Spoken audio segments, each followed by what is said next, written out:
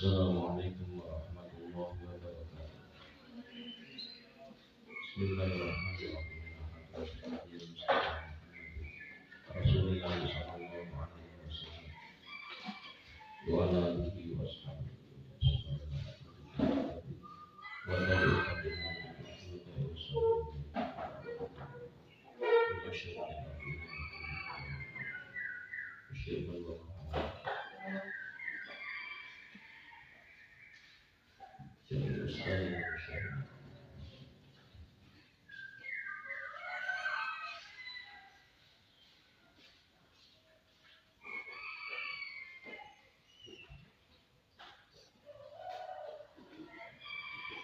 Al-Fatihah.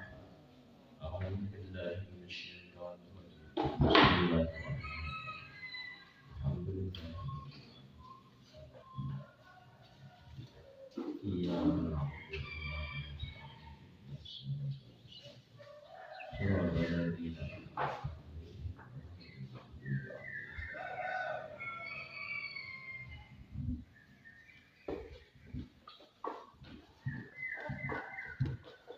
Qala ta'ala fi kitabihil karim. A'udzu billahi minasyaitonir rajim.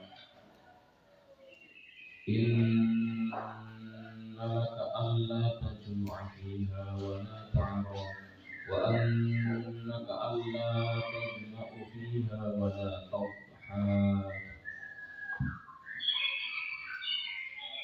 Inna sak temen sesungguhnya laka iku tetep kedue sira. Laka iku tetep kedue sira.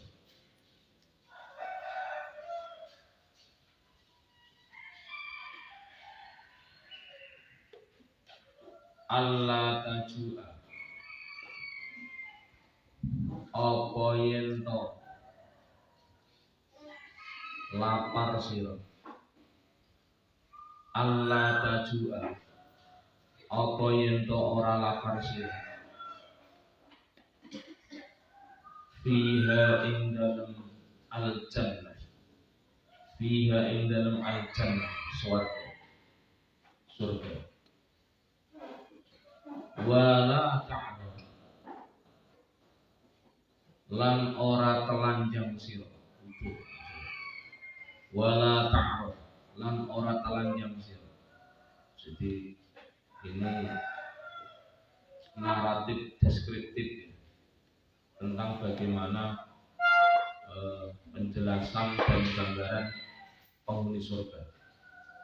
Di dalamnya itu tidak ada kata lapar dan selalu memakai pakaian, tentu makanan yang bagus, pakaian yang bagus.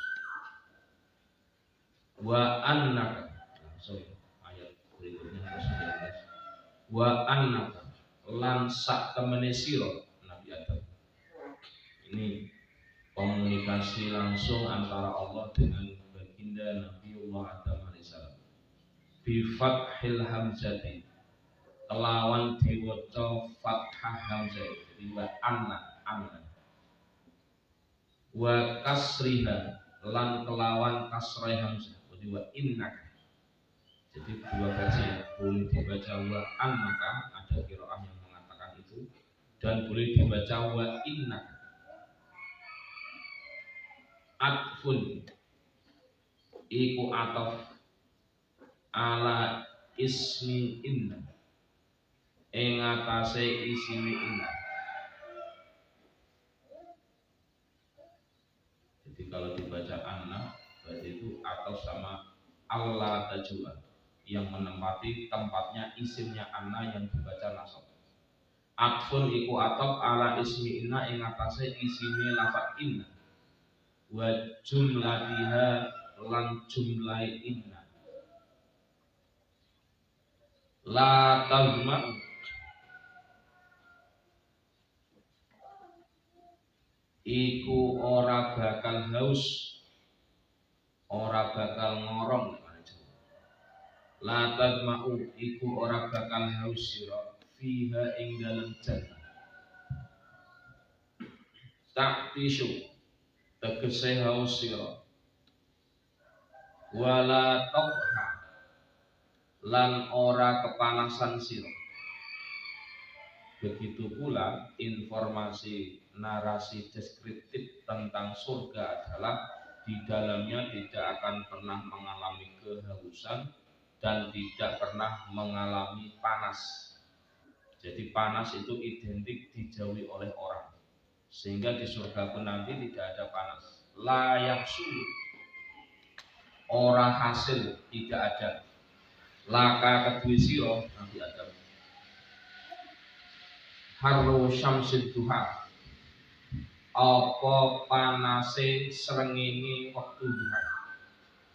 Haru syamsid duha, apa panase srengenge waktu duha. Lintifa isyamsi, kenapa di surga itu orang-orang tidak pernah atau penghuninya tidak pernah kepanasan? Iya, karena lintifa isyamsi, karena ora anane srengenge, dikarenakan tidak adanya matahari atau sinar matahari fil jannati ing dalam surga. Jadi besok di surga itu sudah tidak ada lagi matahari. Ya tentu terangnya adalah terang dengan kekuasaan Allah yang lain, bukan dengan matahari. Karena matahari memang menerangi bumi, tapi sisi yang lain ya itu adalah memberikan rasa panas. Jadi pokoknya segala sesuatu yang sifatnya nikmat duniawi, saya sudah pernah menyampaikan ya. Ini diingat-ingat ya, biar kita nggak silau terhadap dunia. Ini kaidahnya begini: perkara dunia itu kalau nikmat, pastikan bahwa tambah lama, tambah enggak enak, tambah jenuh. Itu sifat kenikmatan dunia, tambah lama, tambah enggak enak, tambah jenuh. Itu dunia. Maka bolong orang yang sedang kasmaran, saya tetap mencintaimu apa adanya. Itu ngomongnya itu sebelum nikah itu.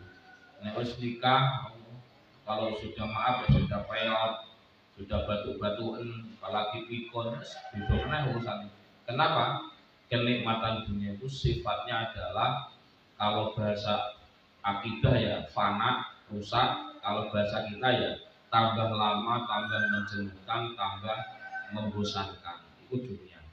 Tapi akhirat sebaliknya, tambah lama, tambah nikmat, ya tentu kekal ya, karena akhirat itu kekal, tidak rusak dan tambah lama tambah nikmat. Ini gambarannya seperti deskripsinya begitu.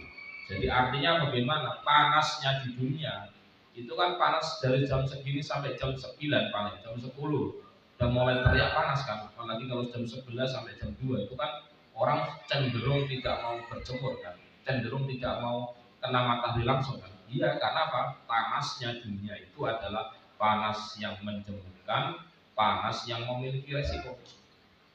Karena apa? Sifat dunia itu tambah lama, tambah rusak, tambah lama, tambah membosankan. Bahasa akidahnya memiliki sifat fana, rusak. Terus surat Toha langsung ya, 118 dan 119.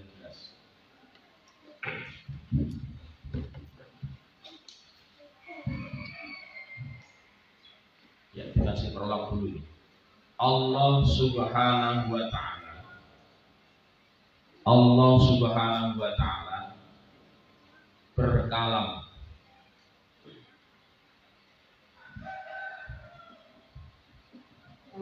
kepada Nabi Adam. Ya tentu ini Siti Hawa juga masuk ya, tapi yang diomongi langsung adalah Nabi Adam. Allah Subhanahu wa ta'ala berkalam kepada Nabi Adam alaihissalam. Tanda kutip, sesungguhnya engkau itu tidak akan mengalami dahaga, tidak akan mengalami dahaga, harus ya, tidak akan mengalami dahaga, dan tidak akan pula mengalami telanjang. dan tidak pula mengalami telanjang di dalam surga ini. Di dalam surga ini. Titik tanda kutip. Ini 118. Kemudian 119. Dan sesungguhnya engkau pun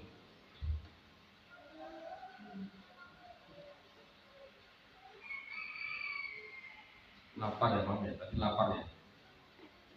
Engkau tidak akan lapar dan tidak telanjang ya. Itu yang tadi 18 ya. Yang 19 ya, 119. Engkau dan sesungguhnya engkau pun tidak mengalami haus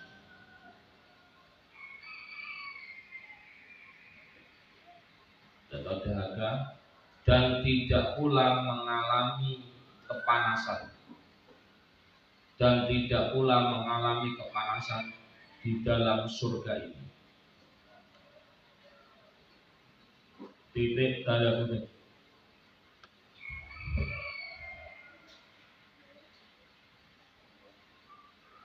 Artinya engkau Nabi Adam tidak akan mengalami panasnya sengatan sinar matahari. Artinya engkau Nabi Adam tidak akan mengalami tidak akan mengalami panasnya sengatan sinar matahari. Tidak akan mengalami panasnya sengatan sinar matahari.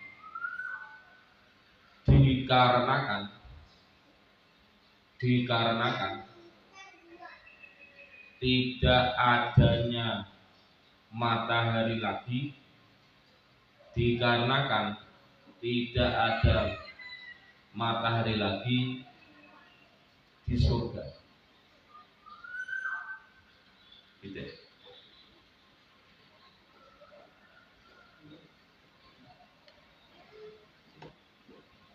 Lafat annaka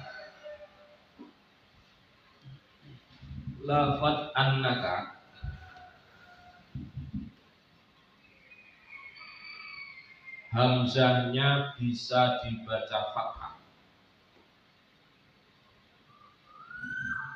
dan juga bisa dibaca kasrah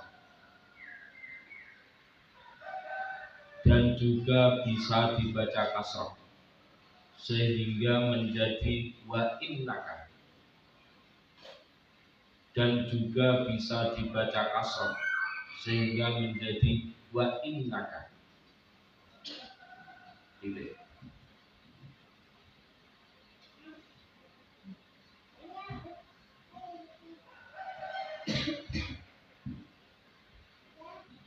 Hamzah dibaca dengan fathah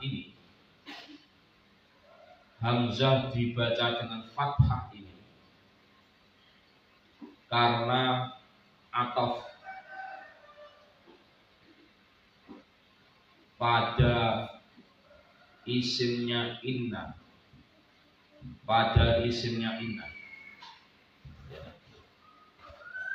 dan jumlahnya, yaitu pada kalimat Allah tajua, tambah ya biar paham, yaitu pada lafaz Allah tajua. Ini kaidahnya dalam alfiyah. Wa hamzatin naftah li sabti masdari masfadaha wa fi siwa dakaksiri. Jadi kalau inna itu dibaca anna ketika inna dibaca anna, wa hamzatin naftah li sabti masdari, hamzahnya inna dibaca fathah, berarti asalnya inna dibaca anna ketika menempati tempatnya masdar. Nah, isimnya anna itu, yakni kalau kita analisa Allah tajua, ini isimnya anna, itu adalah menempati tempatnya masdar. Berarti inna tidak lagi dibaca inna, tapi dibaca anna. Ini dalam perspektif ilmu nahwu. Tapi kenapa kok tetap dibaca inna wa innaka bukan wa innaka? Oh berarti ini adalah awal kalimat. Awal kalimatnya berarti atofnya bukan pada isimnya ana, tapi pada lafaz inna laka insya. Ini karena Al-Quran ya tentu otoritas Allah untuk memilih apakah ini diatofkan kepada Allah tajua atau diatofkan pada inna itu sendiri. Wawunya waw atofnya. Nah disinilah perlu modal yang cukup untuk mengakses tafsir jalan. Gitu ya.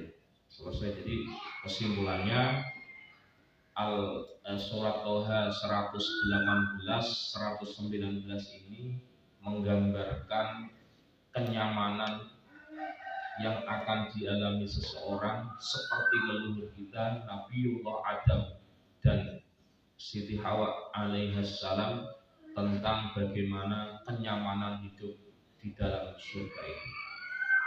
Ya, jadi kalau dalam penelitian ini termasuk ya pendekatan ya naratif deskriptif. Ya. Berupa uraian-uraian kata, narasi, deskriptif, penggambaran. Gambarannya gimana? Enggak haus berarti tenggorokannya enggak kering. Atau yang kedua, ya bahasanya tadi wala ta'arud, tidak telanjang. Oh berarti apa? Selalu menutup penutup tubuh dengan pakaian-pakaian tertentu. Tentu kalau surga ya pakaiannya indah-indah, bagus-bagus, enggak ada yang blesak, enggak ada yang jelek, dan seterusnya. Ya, menurut tafsir Ibnu Katsir surat Toha 118 dan 119.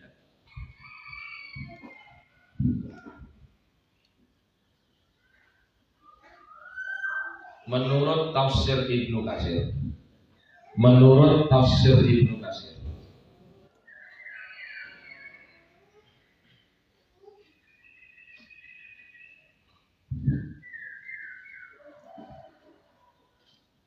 Allah membuat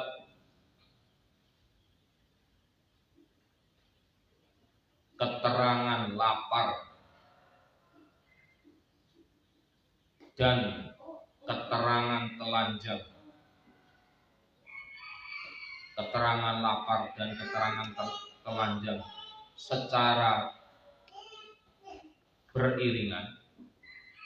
Wa innama korona bainal ju'i wal umrah, dikarenakan lapar itu, ini filosofi lapar menurut tafsir, dikarenakan sesungguhnya lapar itu bentuk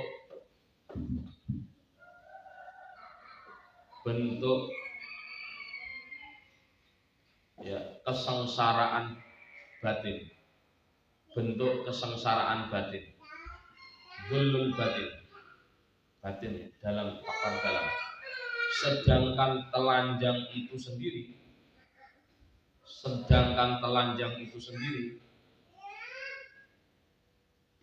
adalah bentuk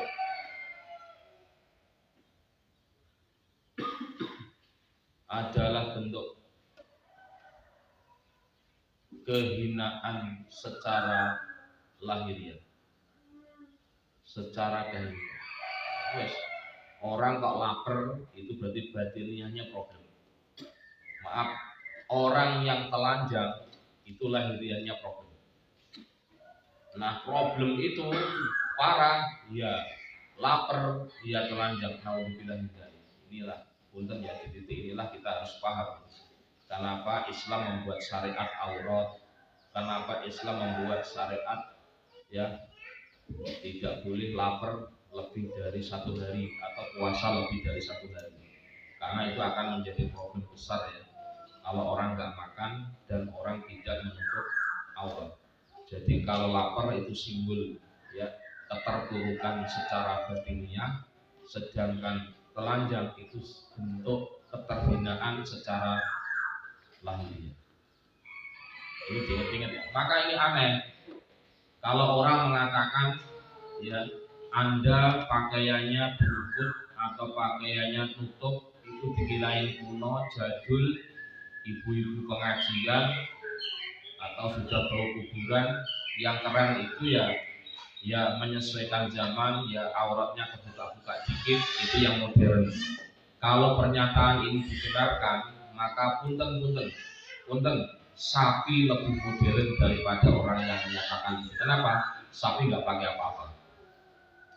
Itu yang dimaksud. Jadi gimana? Menutupi aurat itu bukan urusan tren, tapi urusan menjaga harga diri secara lahir, menjaga martabat secara lahir. Dalam perspektif hukum Islam, orang menutup aurat, lawannya telanjang, itu adalah upaya menjaga harga diri secara lahirnya, dan tidak terkait dengan budaya, tidak terkait tren apalagi. Ya karena tadi kalau buka aurat atau ada aurat yang terbuka Anda katakan modern, maka punten sapi atau berpakaian gaya sapi itu akan Anda katakan lebih modern. Kenapa? Lebih telanjang aja, lebih buka-bukaan aja. Na'udzubillah min. Jadi ini pernyataan orang, tapi itu bisa dibenarkan ya. Karena tadi ya menutup aurat itu bukan tren. Ya. Syar'i itu bukan tren.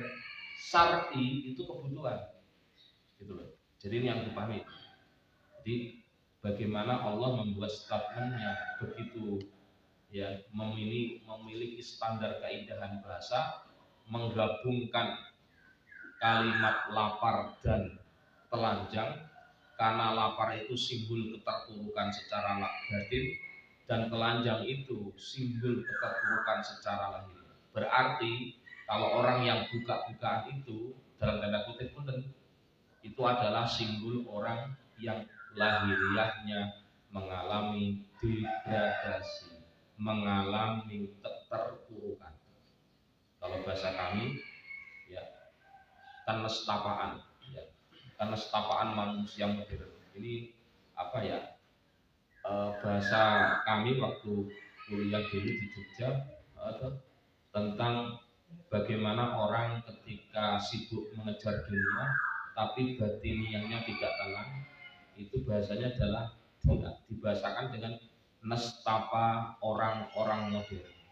Kalau saya ingin menyampaikan, ya maaf, kalau orang yang buka-buka itu ya mengalami kenestapaan yang tidak disadari, atau nestapa dikatakan sebagai sebuah ya tren atau sebuah kebanggaan, sebuah kasta. Yang kastanya berarti wah pakai jilbab itu wong tuwek atau nutupi aurat itu jadul, bukan. Jadi filosofinya itu adalah ya kemarin yang pernah saya sampaikan.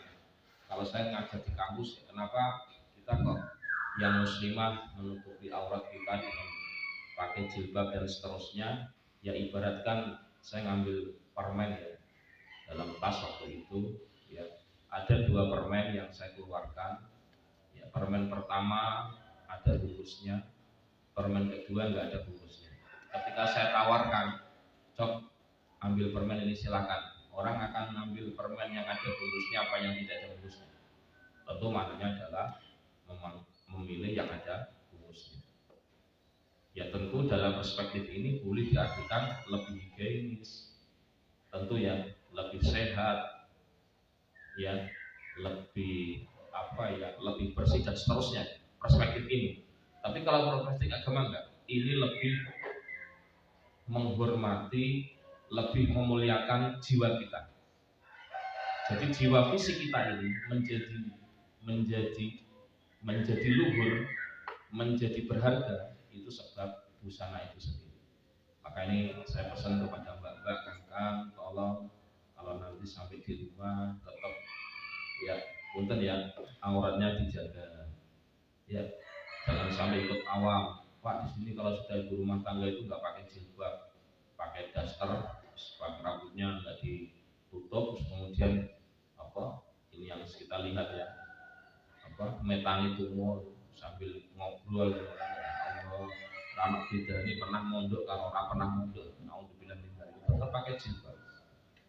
Ya kalau di rumah ya kondisional lah, tapi kalau sudah di luar rumah ini yang harus dijaga betul ya, karena tadi ya Al-Quran melalui tafsir Ibnu Katsir dikatakan orang yang tidak pakai baju dalam tanda kutip ya tidak menutupi aurat secara sesungguhnya itu dzillud dhahir atau dzulud dhahir, menunjukkan keterpurukan dari aspek lahir.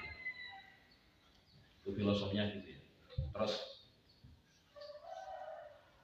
119. Melalui ayat ini pula Allah membuat keserasian dua kalimat. Melalui ayat ini pula Allah membuat keserasian dua kalimat yang saling beriringan, yaitu antara kehausan yang menunjukkan keterpurukan batin, keterpurukan faktor internal, keterpurukan batin, dan panas menunjukkan keterpurukan lahiriah, menunjukkan keterpurukan lahiriah. Ya maka tolong kangkang, atau kalaupun Anda pakai celana yang pendek, tolong harus di bawah lutut, karena aurat Anda adalah antara pusar dan lutut. Maka ini kalau kami di santri Pantura atau ya Pati, ya Rembang, Tuban, sampai Lamongan sana, ini punten ya, ini kita biasa ini, maaf saja ya, kan sama-sama laki-laki sana, jadi kita itu biasa. Ya, mohon maaf ya, hanya pakai sarung, yang penting udel, ya pusar sama lutut tertutupi. Dan aurat minimal. Dan itu secara fikih nggak bisa disalahkan, ya karena memang kita berada di daerah Pantura yang ungkep panas dan seterusnya. Nah saya kira ini ya faktornya harus dilihat ya, aspeknya pendekatan aspek fikih. Jangan dilihat aspek moralitas. Ya moralitas ya tentu nggak baik ketika ada orang banyak ya, tapi ketika mereka internal di kamar nggak ada orang, ya pakainya kaos, maaf ya, pakainya salah saja ya harus dihargai karena memang situasinya ungkep panas. Persis yang kita bahas tadi malam dalam kajian kita. Ya, kita harus mampu melihat segala sesuatu itu harus multidimensi, multi approach, berbagai aspek pendekatan, multi pendekatan. Ya, kalau aspek lahiriah itu problem, ya kan? Tapi aspek batiniah menjadi tidak problem. Ya tadi, santri pakaiannya ya tidak bagus, ya, tidak rapi, itu cenderung menjadi problem. Ya kan? Jelek, butut, itu kan identik menjadi problem kan? Saya tidak bermaksud untuk menghina yang jelek, apa ya, pakaian apa enggak. Tapi dalam perspektif tasawuf itu kan bisa dijawab, iya, karena semakin yang kita miliki bagus, mewah, itu hisabnya tambah berat. Nah ini yang saya maksud. Maka Anda harus pahami betul bahwa dalam mengakses dunia ini harus pahami betul standar normatifnya bagaimana, standar etikanya bagaimana. Yang ngono, tapi aja yang gitu. Ya benar Anda, maaf ya, mungkin punya sepeda atau punya motor ataupun mobil, mungkin boleh nggak bagus, tapi harus bersih misalkan. Itu sebagai apa ya, jalan tangan. Nggak apa-apa jelek, tapi bagus. Maaf, nggak apa-apa. Tempat kita ini maaf saja ya, tidak bagus kan, mau tidak dari tembok dan sebagainya, tapi harus bersih gitu maksud saya. Ini pentingnya gitu. Oke, soal bagus atau tidak itu sesuai kemampuan kan, tapi soal rapi bersih itu pilihan. Maksud saya.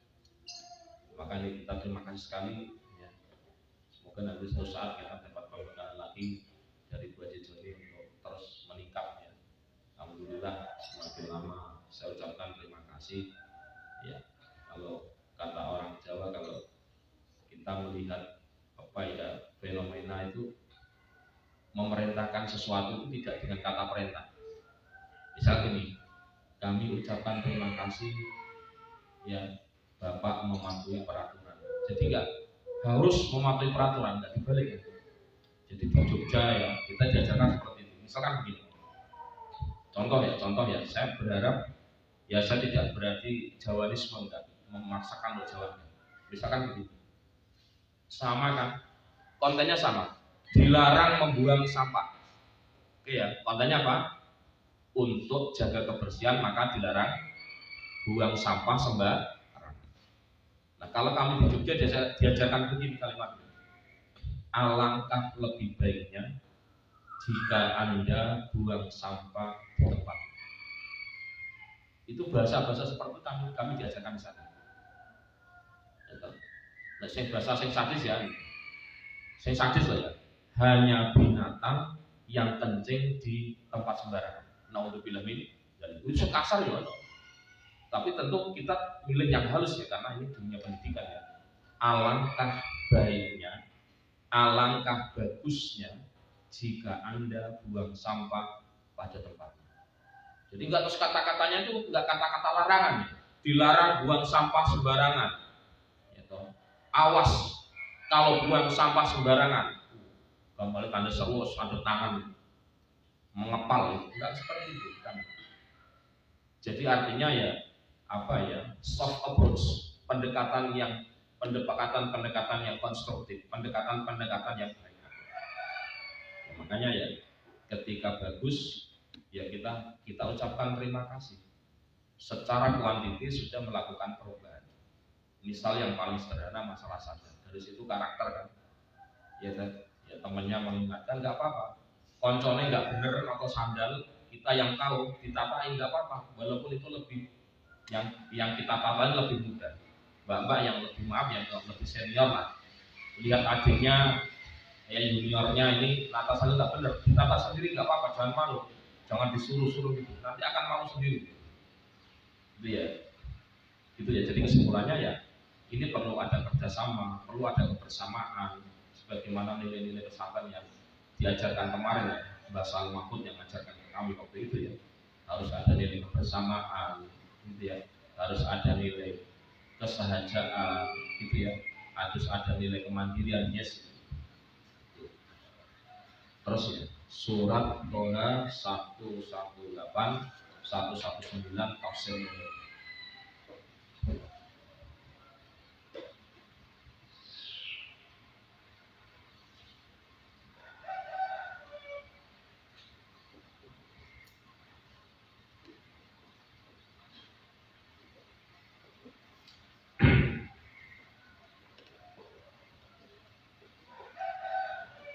Menurut tafsir Munir,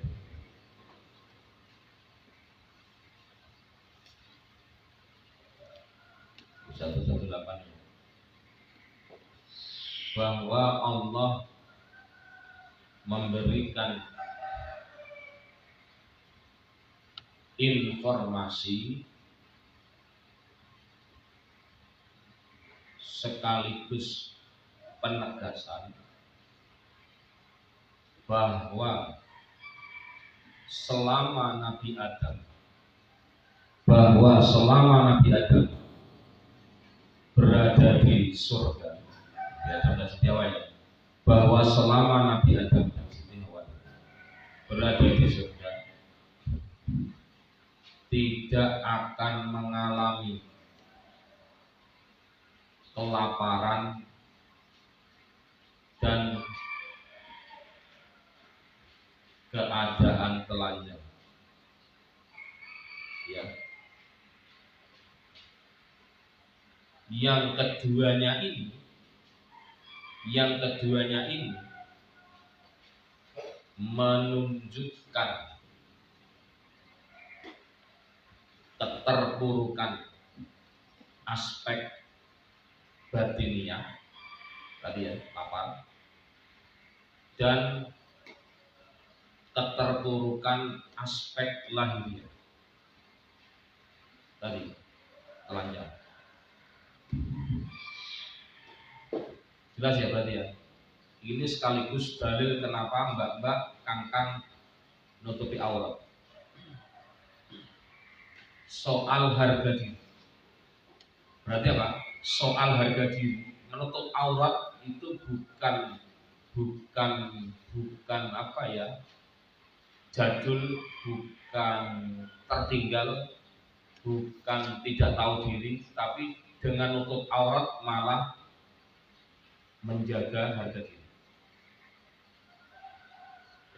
Tentu itu ya. Maka kemarin diskusi kami dengan teman-teman waktu di kuliah pasca di Jogja, ya maaf ya, pelecehan seksual di angkutan transportasi umum, KRL misalkan, atau maaf busway yang di Jakarta itu, terjadinya pelecehan seksual, tentu kebanyakan pelakunya adalah laki-laki dan yang dilecehkan adalah perempuan. Mohon maaf Bapak ini, itu tidak bisa disalahkan sepihak kaum Adamnya atau bahasanya kaum laki-laki, tapi juga kaum Hawa atau perempuan itu juga dianalisa. Kenapa? Bagaimana enggak mengganggu orang untuk tidak melakukan hal yang negatif ketika yang laki-laki nggak punya moralitas, nggak punya ilmu yang cukup. Wong pakaiannya seronok, pakaiannya pateng kecotot ya cewek-cewek, meletet-meletet, atau iku sikil apa lontong, itu sikil apa kupat, atau itu baju apa balon. Paham maksud saya ya? Jadi ada dua aspek yang harus kita fair. Jangan sampai laki-laki dalam tanda kutip ya salah ya, tetapi penyebab kesalahan itu juga dibahas. Maka dalam hukum nanti, kalau kita belajar hukum, hal-hal yang menyebabkan melakukan kejahatan, hal-hal yang menyebabkan tindakan kriminal itu terjadi, itu menjadi aspek pertimbangan hakim untuk memutuskan. Membantu terjadinya tindakan korupsi, proses membantu, bukan eksekutornya, tetap dapat kena. Itu. Jadi ini bagaimana dalam kaidah usul fikih atau kaidah fikih nanti kita kenal dengan lil wasaili hukmul maqasid. Perantara itu hukumnya seperti tujuan. Ingat-ingat baik statement. Lil wasaili hukmul maqasid. Perantara itu hukumnya seperti tujuan. Maka saya sangat menghargai ya mbak-mbak, kang-kang yang mau belajar ya IT, mau belajar web. Ini kan kelihatannya dolanan komputer, kelihatan belajar duniawi kan, mengakses ilmu dan teknologi. Nah ini ya mohon maaf ya, ini kelihatan duniawi ya, tapi tujuannya untuk syiar ilmu, untuk menyebarkan ilmu, maka Anda kelihatannya utek-utek, pegang mouse, ya pegang keyboard, melihat tampilan layar dan seterusnya. Kalau tujuannya adalah untuk syiar agama, yakni menulis kalimat-kalimat yang baik, untuk mengisi konten-konten yang baik, agar kemaksiatan yang tidak disiarkan menjadi kalah, menjadi termarginalkan oleh kebaikan yang tersiarkan, maka itu menjadi mulia. Nah, itu maksudnya gitu. Jadi hal-hal yang memicu, hal-hal yang menjadi perantara, hal-hal yang mengarahkan kepada kebaikan, itu juga hukumnya menjadi baik, sama seperti kebaikan itu. Pun sebaliknya. Nah ini dalam kajian hukum positif pun seperti ini. Dalam hukum Islam pun juga sama. Ya 118. Sekarang 119.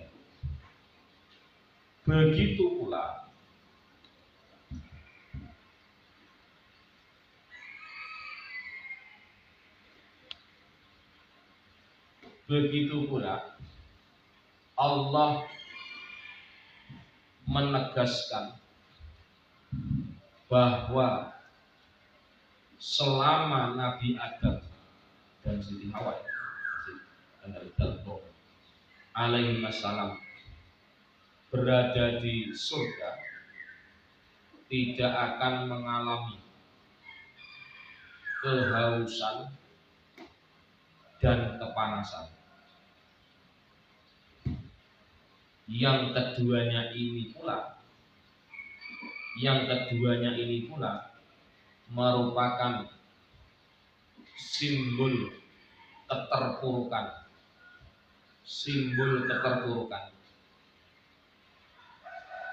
batiniah dan lahirnya. Tadi ya, kalau haus itu batiniah, dalam, panas itu lagi gitu.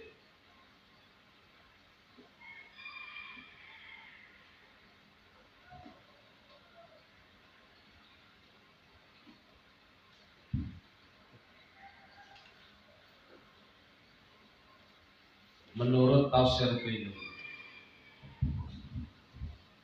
118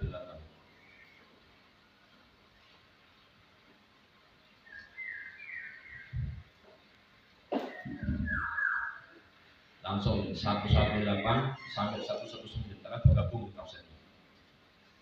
Melalui ayat ini Allah menjelaskan bayan dan memperingatkan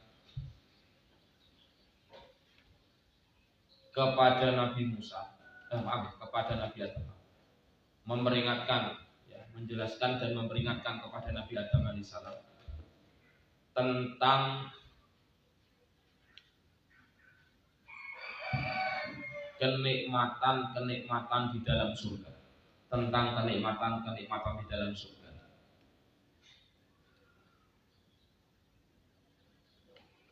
Yang menjadi penyebab min asbabil kifayah, yang menjadi penyebab mengalami kecukupan hidup, penyebab mengalami kecukupan hidup, mengalami penyebab kecukupan hidup. Jadi artinya bagaimana? Kalau Anda tidak lapar, tidak telanjang, berarti cukup. Terus yang penting matangnya nggak kempong atau nggak luwe nek Jawa Timur.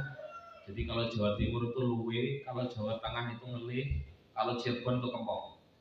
Ini berkah saya hidup di 3 provinsi ya. Jawa Tengah apa? Ngelih, nek Jawa Timur luwe, nek Cirebonnya apa? Kempong. Nah, ini simbol bahwa kita kan, ini tanda ya. Ini filosofi ya. Jangan-jangan kita ini menjadi orang miskin enggak? Ini untuk menganalisa kondisi pandemi ya tentu ya. Di era pandemi ini atau tepatnya era PPKM ini ya, kira-kira ini kita ini sengsara enggak?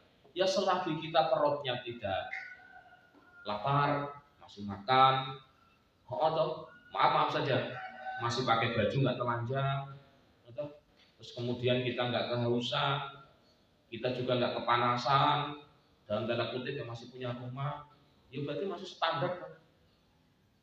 Nggak sampai mencekam kayak apa gitu. Ya puasa dulu lah. Untuk apa? Ikhtiar agar tidak menjadi problem yang berkepanjangan.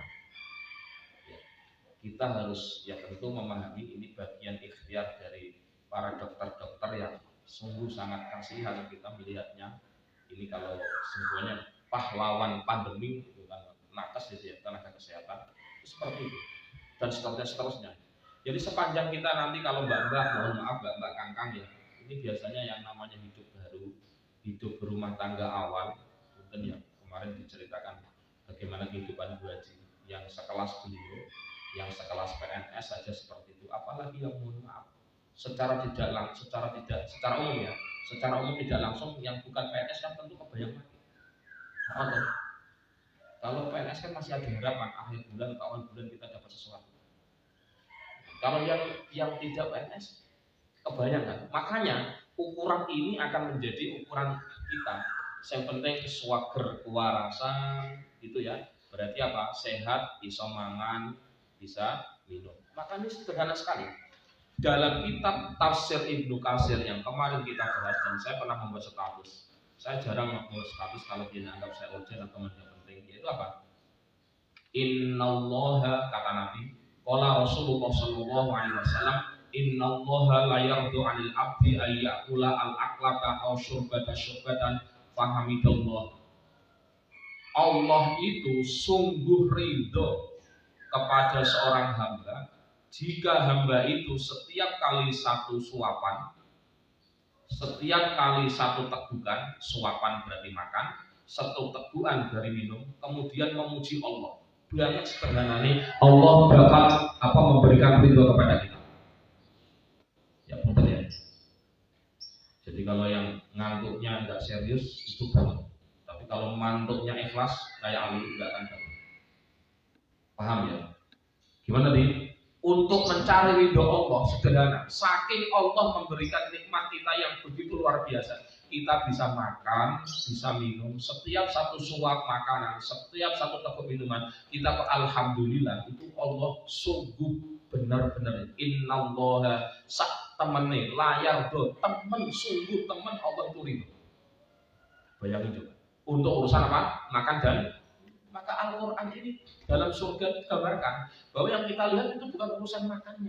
Bisa makan itu berapa organ tubuh yang berperan, mulai mulut sampai mulai hulu sampai hilir, mulai mulut sampai anus.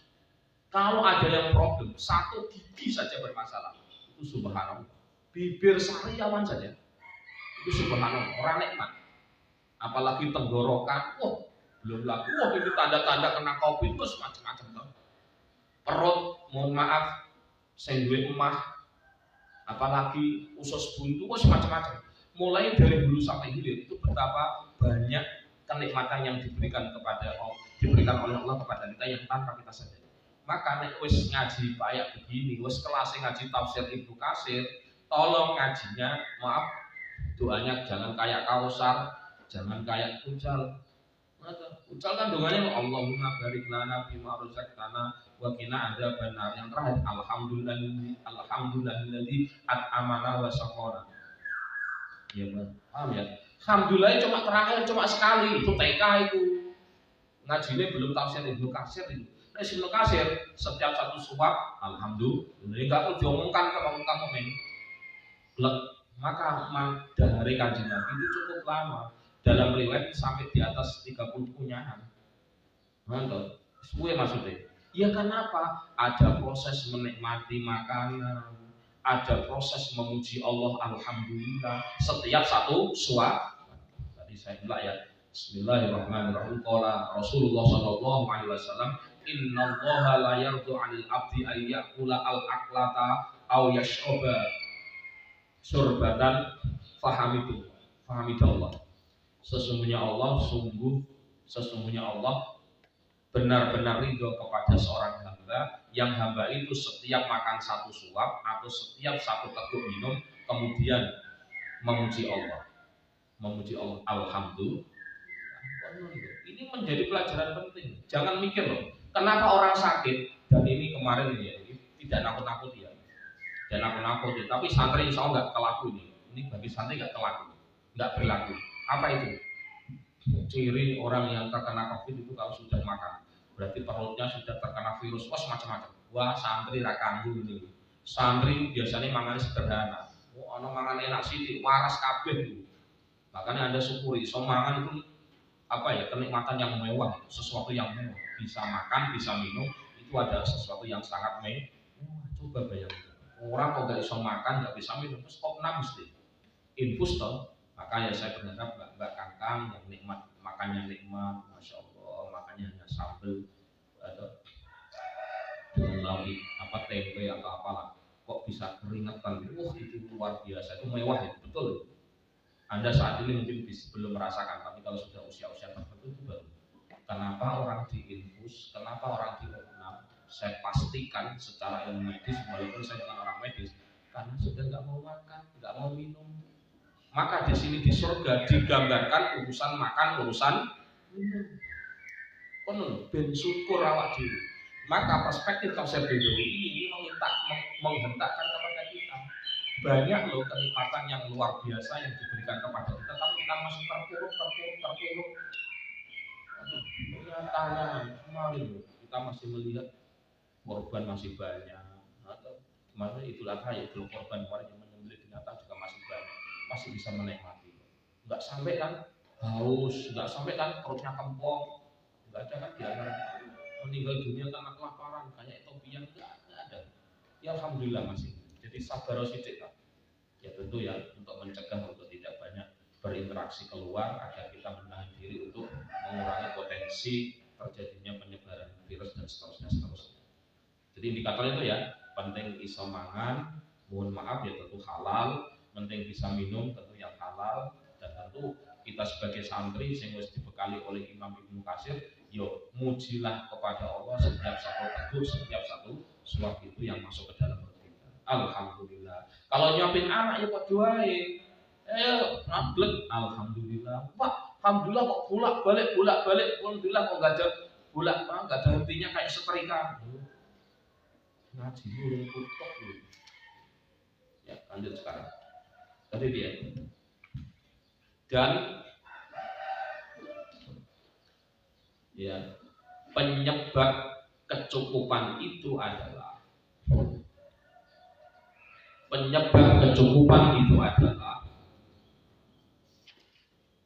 perut yang tidak lapar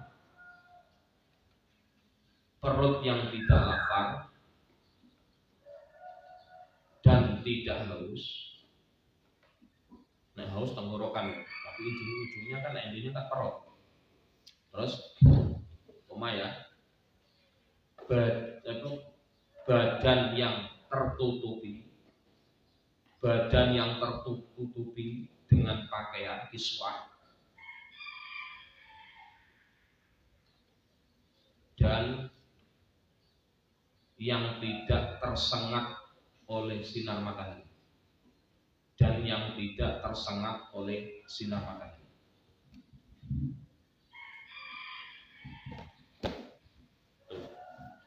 Jadi itu indikatornya. Kalau dari tanya kamu hidupnya sudah nyaman belum? Misalkan ya Mbak nanti tanya, kasihan deh kamu nikah dengan dia hanya seperti itu, merasa keder. Mungkin ya orang yang dulu mau nikah dengan kita tapi nggak jadi, atau orang yang dalam tanda kutip yang memang hasut atau dengki, ya serasa berada. Kita punya ukuran, punya standarisasi kita hidup nyaman itu adalah perutnya orang kempong, tidak haus, tubuhnya masih pakai baju, nggak tersengat matahari, wis standar itu wis. Ini gambaran sebab-sebab seseorang dikatakan cukup. Bahasanya Tasawuf min asbabil kifayah, di antara sekian penyebab seseorang dikategorikan memiliki kecukupan. Ya, wallahu a'lam bishawab.